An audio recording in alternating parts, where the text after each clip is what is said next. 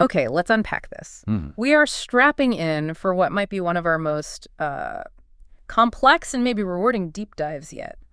We're plunging headfirst into the philosophical labyrinth constructed by Jacques Derrida.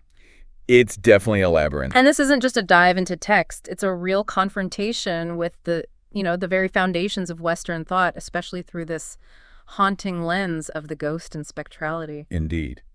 Our task today is to navigate Derrida's profoundly challenging arguments, specifically the ones that center around absence, temporality, ethics, and this figure of the revenant, the returning one. Right. We are tracking concepts like deconstruction, difference, responsibility, and the nature of identity in writing. And we're going to show how they're all sort of intertwined with this spectral logic and this idea of deferred time. And the mission for you, the listener, is essential. We need to systematically map the often paradoxical logical reasoning that Derrida uses to dismantle traditional metaphysics, particularly the idea of a self-sufficient presence. Right. Ultimately, we are looking to distill this radical ethical commitment that Derrida argues is the undeconstructible core of philosophy, which emerges precisely when that idea of pure presence just falls apart. And we have to start with what seems like the simplest, most intuitive command, yet one that Derrida finds utterly impossible. Which is? To learn to live. This is our paradoxical initial watchword that really it sets the stage for everything that follows. That seems so counterintuitive. Why is learning to live an impossible concept? I mean, we spend our entire lives doing exactly that learning. For Derrida, this is forbidden by logic for a living being. If you are alive, you are already living. So how can you learn something you are already doing? Ah, I see the logical trap there. To live is not a technique taught to you by life itself. If life could teach life, it would mean the living subject possessed a full, self-present mastery over existence, which is the very thing Derrida vigorously denies. Okay, so if you can't learn it from the self, from your own life, where does the lesson come from? So he calls it a heterodidactics, learning from the other. You learn to live only from the other, and by death. By death. Yes. Right. And this is why the spectral figure becomes so necessary.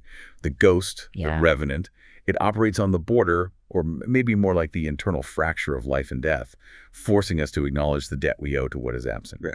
The ghost, the returning dead, is paradoxically the only true teacher of how to truly live. How to live justly. How to live justly. That's the key. The implication here is enormous. It means the concept of life is defined only by its relation to death and to the external other.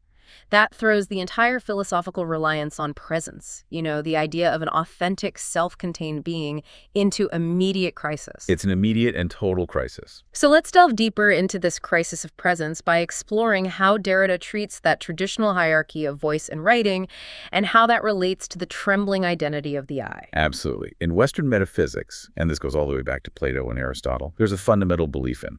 It's called phonocentrism. The idea that the spoken voice is primary. Exactly, because it's seen as the immediate, unmediated expression of interior consciousness, of self-presence. Writing, by contrast, is viewed as a dangerous secondary technology, a mere supplement that introduces absence and distance. The voice is the soul, and writing is just the technological echo. Precisely. But when Derrida analyzes the enunciation of the voice, especially when it's meant to last or be recorded, put into writing, it immediately becomes phantomized and aporetic. Antized. It loses its self-enclosed purity the moment it's externalized.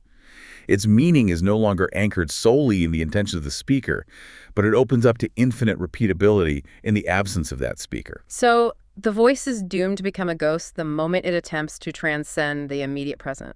What does this do to the subjective self, the I, who is supposed to be the source of that voice? Well, if the immediate voice is shaky, the singular self, the singular I, is seized by that same instability. The traditional idea of self-presence, that I know myself, I possess my own meaning, is afflicted with ambivalence, fuzziness, and indistinctness. The assertion of a self-present I carries an inherent impropriety, a contamination. Wait, why impropriety? Why can't the self-present I be pure? I don't quite get that leap. Because Derrida argues that for a presence to be recognized as unique or singular, it must, by necessity, contain its own limit. The source material explains this beautifully. Absence is included in presence, and the integrity of the I, must include the not I. Oh, I see. The singular entity is only singular because it harbors the specter of alterity and non-existence within itself. That's a radical inversion. Instead of the I being defined by what it is, it's defined by what it is not or what it will not be. Exactly. The singularity of the I, that which is actual and present right now, must remain fundamentally a possibility rather than a fixed, realized presence.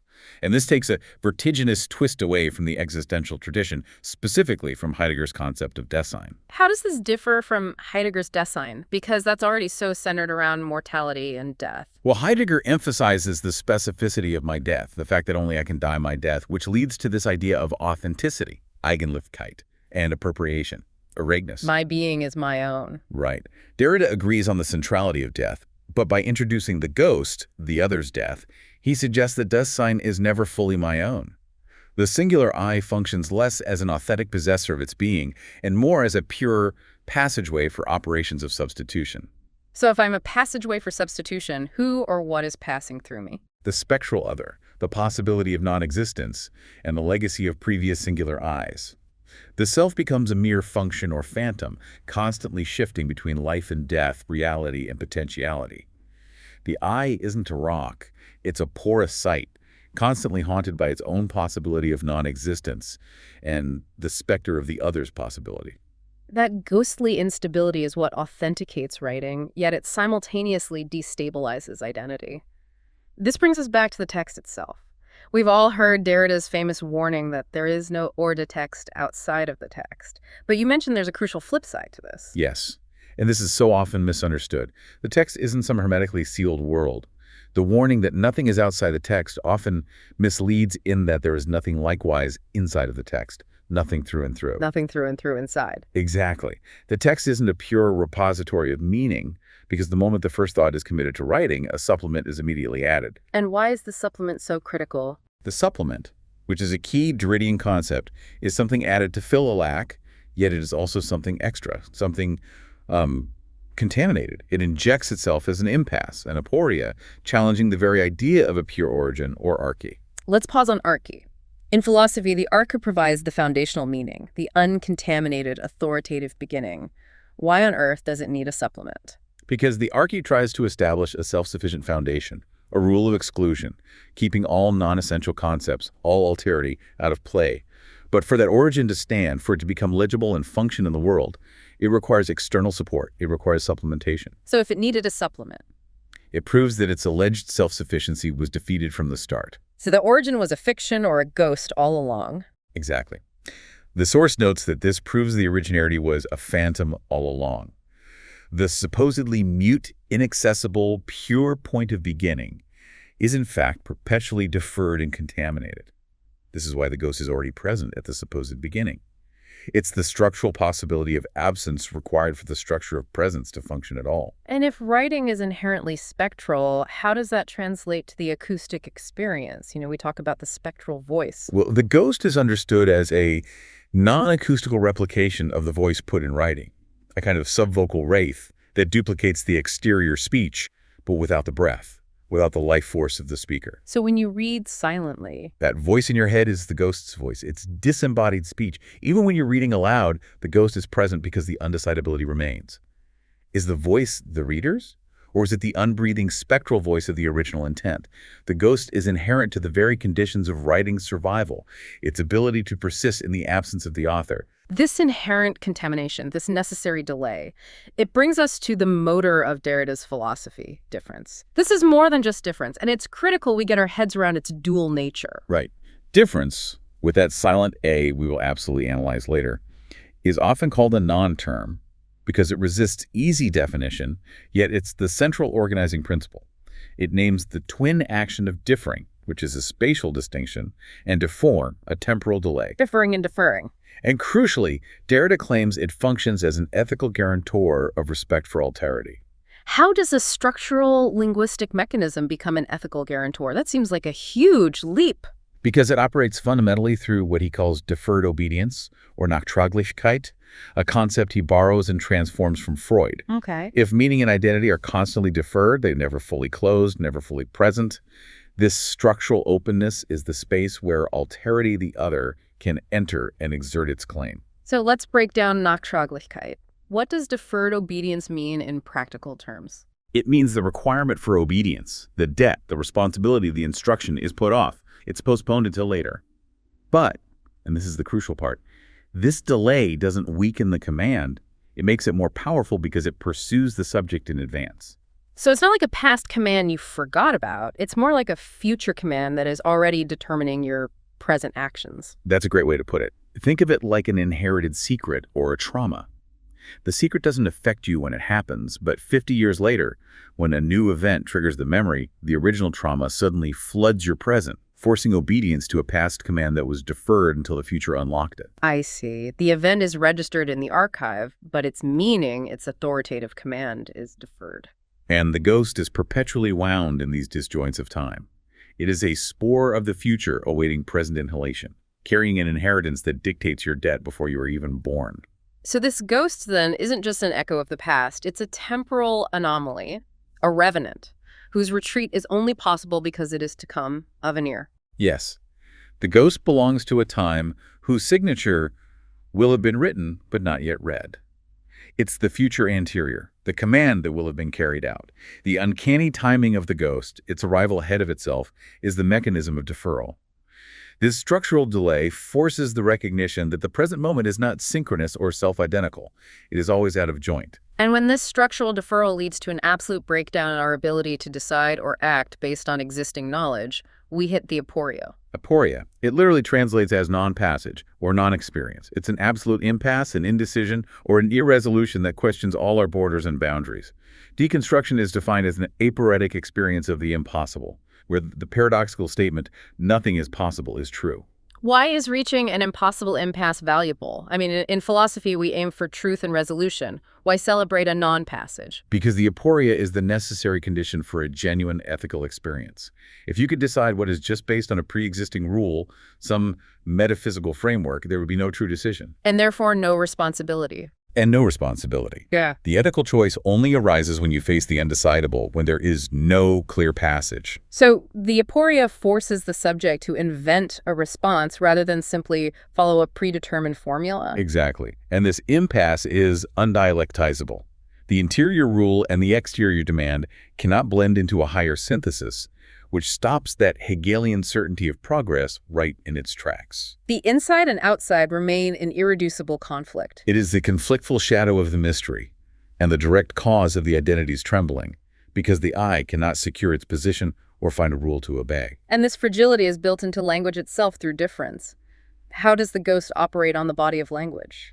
Well, difference is analyzed as a double operation on the body of language, as poison and as poison of poison. Poison and poison of poison. Language, which is intended to communicate presence and meaning, simultaneously inflicts a mortal wounding on itself. So language is its own illness and its own partial cure, but that cure can never fully restore its integrity. Precisely. The language's antidote, the logos, or reason, cannot fully cure this wound. This opens language up to contamination and destabilizes its self-enclosure.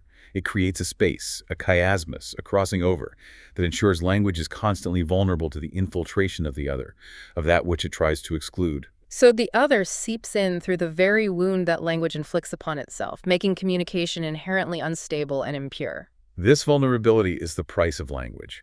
It forces language into a necessary relation with alterity, making every single act of communication a site of injury and necessary supplementation. The ghost is the name we give to this. This miasma, this invisible presence that guarantees that presence itself is always already contaminated by absence. So when presence is compromised and the self is destabilized by the aporia, we shift entirely into the realm of the ethical. This is where Derrida makes his definitive stand, insisting on an undeconstructible core. This is the answer to the charge of nihilism that's so often leveled against deconstruction. Deconstruction's ultimate purpose, its telos, is not to destroy, but to reach this irreducible stratum. And that stratum is justice. That stratum is justice. It's defined as a responsibility to the singular other that overrides any conceivable metaphysical commitment. So justice, therefore, is the absolute condition of possibility for deconstruction. You deconstruct metaphysics in the name of justice. Yes, this is a profound ethical priority, and it's heavily influenced by Emmanuel Levinas. The frame of metalanguage, the very language we use to discuss philosophy, is fundamentally bent in the shape of the ethical. the command to risk the responsibility to face the open door of the other's demand. This ethical orientation antecedes the first word written. It predates any system of rules. The ethical is primary. It's not derived from logic or ontology. And this brings us back to the other. Yes, the reader is implicated from the start, considered an other, coutre wholly other. Responsibility doesn't stem from the universal, like Kant's categorical imperative. It arises specifically at the aporia of the singular. Meaning? The radical, irreplaceable uniqueness of the other and the self's inability to fully know or capture that uniqueness is what forces responsibility. So, because I cannot fully replace or fully understand the other, I owe them everything. And this responsibility, because it precedes the self, must extend beyond the living present. That is the function of the phantom other, the ghost. Responsibility extends to them, and its depth fissures the present and leaves it no longer coincident with itself, time out of phase. We are haunted by those who came before and those who are yet to come. And this introduces the concept of inheritance not as a passive reception of assets, but as an active debt. It's a debt incurred before a positive inheritance can be claimed. Ghosts enter our lives as soon as we acknowledge a responsibility that exceeds the boundary of the living, extending to the unborn and the already dead. This debt is the obligation to respond to the memory and the demands of those who cannot speak in the present. So ghosts are the burden of the unlived life, the unfinished justice, the unpaid debts of previous generations. And this acknowledgement is the lesson taught by the ghost. The ghost teaches the undeconstructible subject, justice, which is defined as what is owed the other by the one who desires to be taught. The ghost teaches this phantom mastery through a necessary inadequacy, a mastery that acknowledges it can never fully master the debt. So justice is an infinite, unamortizable task. If we are constantly incurring debt to the ghost, the work of achieving justice can never be completed. It's not a destination, it's a perpetual state of becoming responsive. Absolutely. The acknowledgement of this phantom debt is essential for any responsible politics of memory, of inheritance, and of generations. The ghost ensures that we are not locked into a self-satisfied present. We are constantly pulled toward the future of justice, which is simultaneously the echo of a forgotten past. Okay, let's deepen our understanding of this central figure, the revenant, the returning one. The very nature of this spectral arrival challenges everything we assume about chronological time and logic. The revenant is the ghost, and its existence is a temporal paradox, because its arrival means it begins by coming back. It begins by coming back. It disrupts synchronous, ordinary time, the time of the clock and the calendar. Because it interrupts the present, it can't truly belong to either the past, because it's here now, or the present, because it's not fully present. Its temporal roots, therefore, must lie in the future, the to come, the avenir. Precisely. The ghost isn't simply a memory. It is an anticipation that returns, forcing us to acknowledge that the future is already here, dictating the conditions of our present responsiveness. This temporal anomaly is crucial to understanding the political and ethical demand. And this brings us right back to the core lesson of this entire deep dive, what it means to learn to live. Learning to live can only mean this: to learn to live with ghosts, in the upkeep, the conversation, the company, or the companionship, in the commerce without commerce of ghosts, to live otherwise and better. No, not better, but more justly, but with them. The focus shifts entirely away from ontology, what is being, or epistemology, what is knowledge, and toward the ethical imperative of justice and coexistence with the absent other. To truly grasp the scope of this challenge, we have to distinguish the ghost or specter from the traditional concept of Geist or spirit, particularly as we see it in Hegelian thought. This distinction is philosophically loaded. Geist spirit is often associated with the absolute, with progress, with the purified dialectical movement toward self-knowledge. In this tradition, spirit aims to be purged of all contamination, of everything material, carnal, or specific to the phenomenal world. And the specter resists this purification. Completely. The ghost is the carnal apparition of spirit. It is spectrality that has failed sublimation. It differs from Geist only in that its phenomenal body is its fallen and guilty body, contaminated by sense, by time, and by specific historical violence. The ghost is the necessary remainder that Geist tries to forget or transcend. I see. So the ghost is the material historical debt that the universal abstract spirit tries to shed on its path to enlightenment. Exactly. Geist is the spectrality that is sublimated and regenerative, cleansed of historical debt.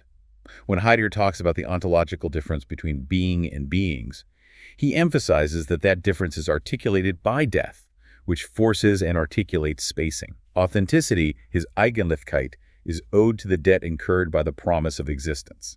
But Derrida finds an avoidance in Heidegger's work regarding this idea of spirit. He does. Heidegger consciously avoids the word spirit, or Geist, treating the omission as assent to its equation with being itself.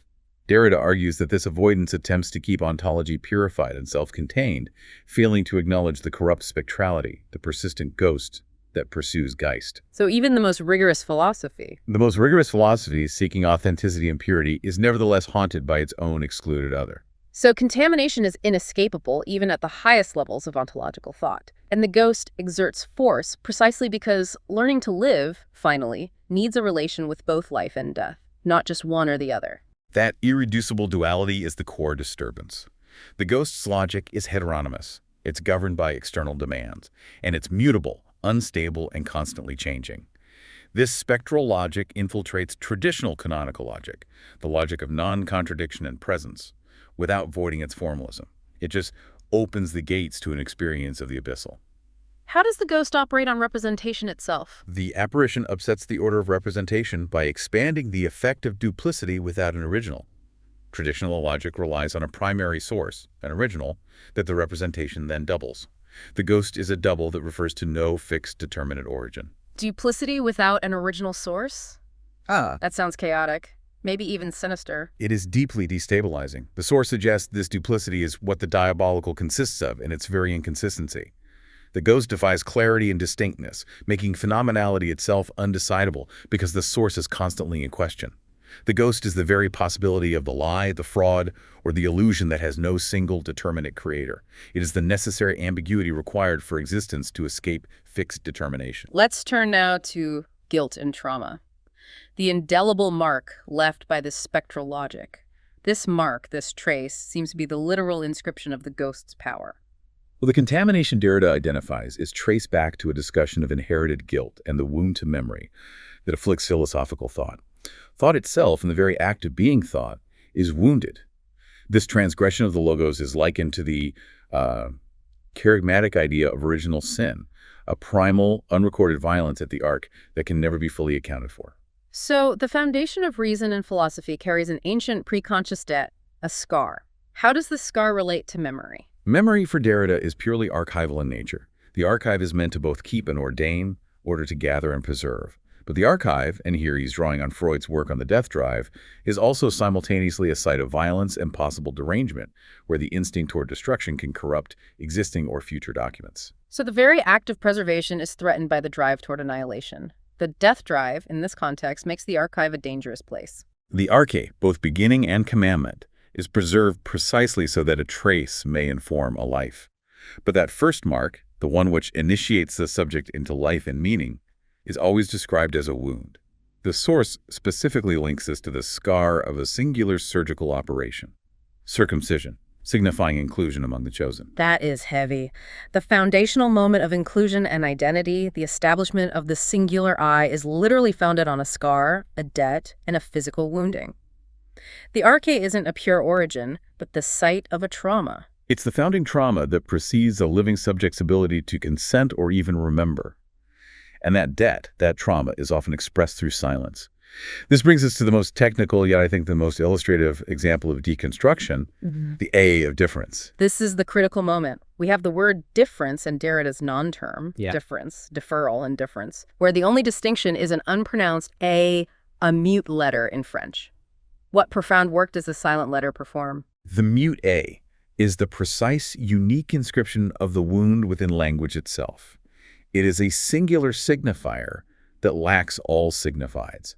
It doesn't refer to anything present or transcendental or phenomenal. You cannot hear it, yet you must see it, you must read it to get the meaning. So if I'm thinking about this A, it's like a hole in the word, a spot that signals something is happening, but you can't look at it or hear it. It's a sign that points to an absence. It performs the work of the ghost in the body of the word.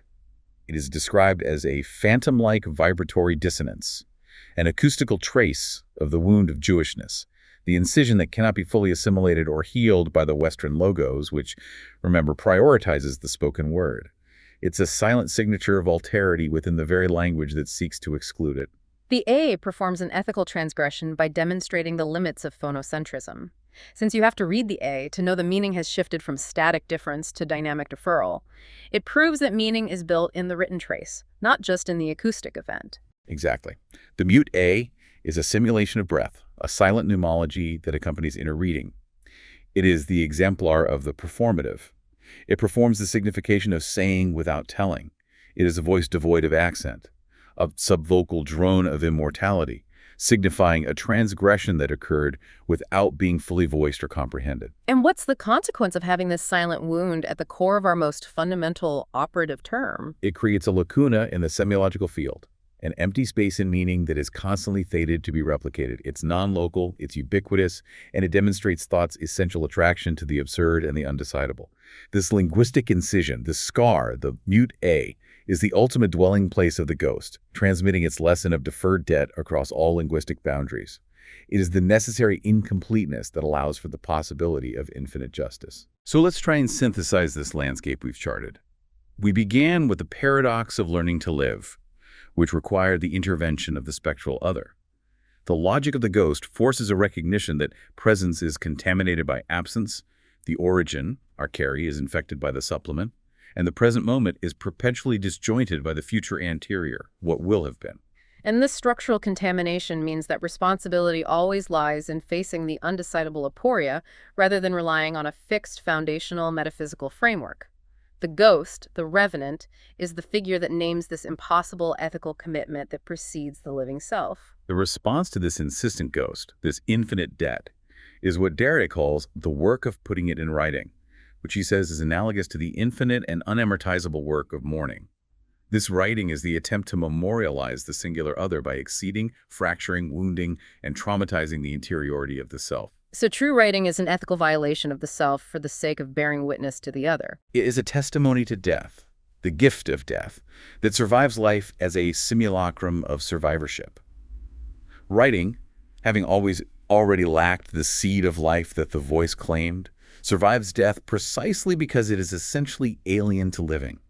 It is the enduring, muted echo of immortality, carrying the trace of the silent A into perpetuity. The ultimate lesson learned, then, is not about finding stability or final truth, but about accepting the condition of infinite indebtedness and a perpetual, active vigilance towards the other. And that leads us to the final, necessary challenge that Derrida presents to all of us. You must recognize that justice cannot be present justice, a justice you can point to and claim as settled without at the same time being future justice. It's a debt inherited from before birth and extending to the end of time, forcing you to acknowledge the haunting presence of the unlived life within your own existence. This unlived life, the unresolved debt to the singular holy other, is what perpetually calls you to responsibility and forbids the comfortable complacency of pure presence.